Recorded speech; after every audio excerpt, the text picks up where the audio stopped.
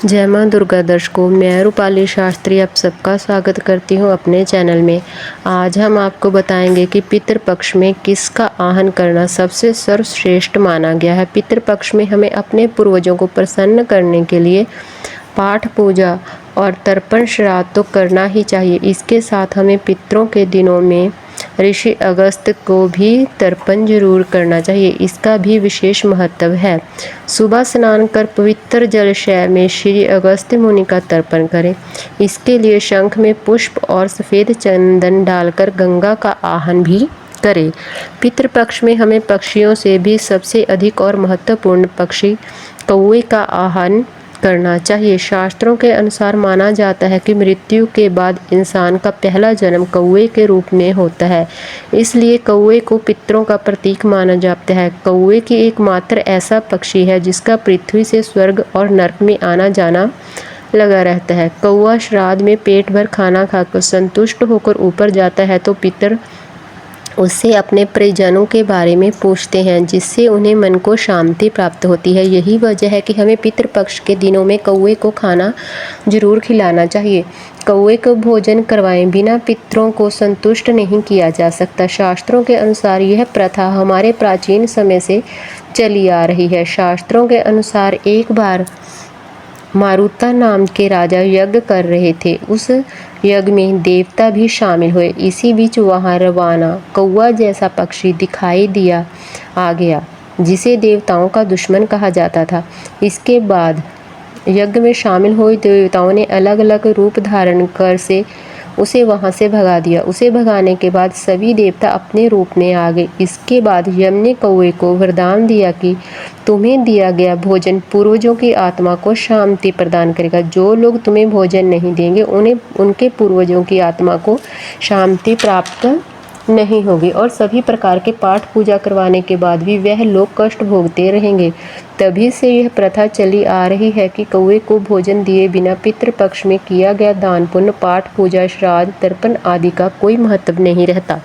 इसलिए हमें पितृपक्ष में कौवे को भोजन जरूर करवाना चाहिए। पितृपक्ष में कुछ ऐसे पक्षी और पशु हैं जिन्हें हमें भोजन जरूर देना चाहिए, जिससे हमारे पितृ खुश रहें और हमें शांति और उन्हें और हमें भी शांति रहे, जिसमें गाय, कुत्ता, कौवा और चींटियां भी शामिल है। श्राद्ध के समय इनके लिए भी आहार का एक अंश जरूर निकाला जाता है, तभी श्राद्ध का कर्म पूर्ण होता है। श्राद्ध करते समय पितरों को अर्पण करने वाले भोजन के 5 अंश निकाले जाते हैं। गाय, कुत्ता, चींटी, कौवा और देवताओं के लिए इन 5 अंशों को अर्पण करने को पंचबली कहा जाता है।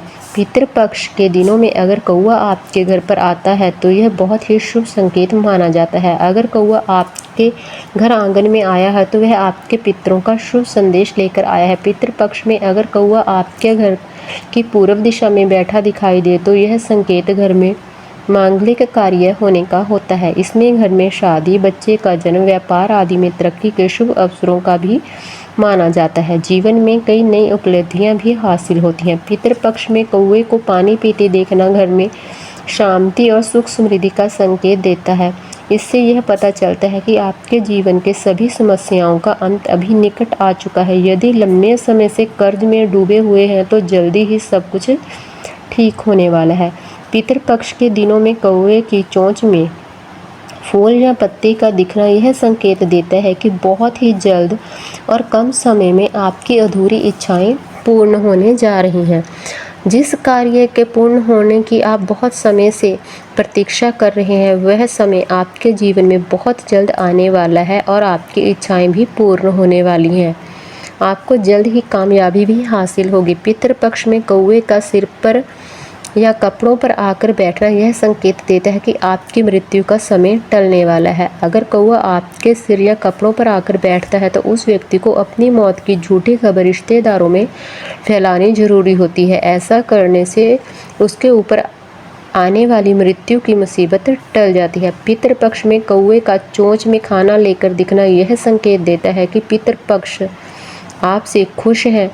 अब आपके जीवन में धन दौलत की कोई कमी नहीं रहने वाली और आपके द्वारा किया गया दान पुण्य, श्राद्ध, तर्पण आदि से आपके पितर बहुत खुश हैं और शांत भी हैं। पितृपक्ष के दिनों में अगर गाय की पीठ पर या गाय के पास भी आपको कौवा नजर आए तो समझ ले कि आपके जीवन में तरक्की का मार्ग खुल चुका है। अब आपके जीवन में सभी प्रकार की मुसीबतों से आपको छुटकारा मिलने वाला है। आपकी हर तरफ से तरक्की होने वाली है। यह मान्यताएं हमारे प्राचीन समय से चली आ रही हैं, इसीलिए हमें पितृपक्ष में कौवे को भोजन जरूर कराना चाहिए। आपको हमारी जानकारी कैसी लगी हमें कमेंट कर ज़रूर बताएं। जिन लोगों ने अभी तक हमारा चैनल सब्सक्राइब नहीं किया, कृपया वो चैनल को सब्सक्राइब कर लें, लाइक कर लें, कमेंट कर लें और शेयर कर लें। जय माँ दुर्गा।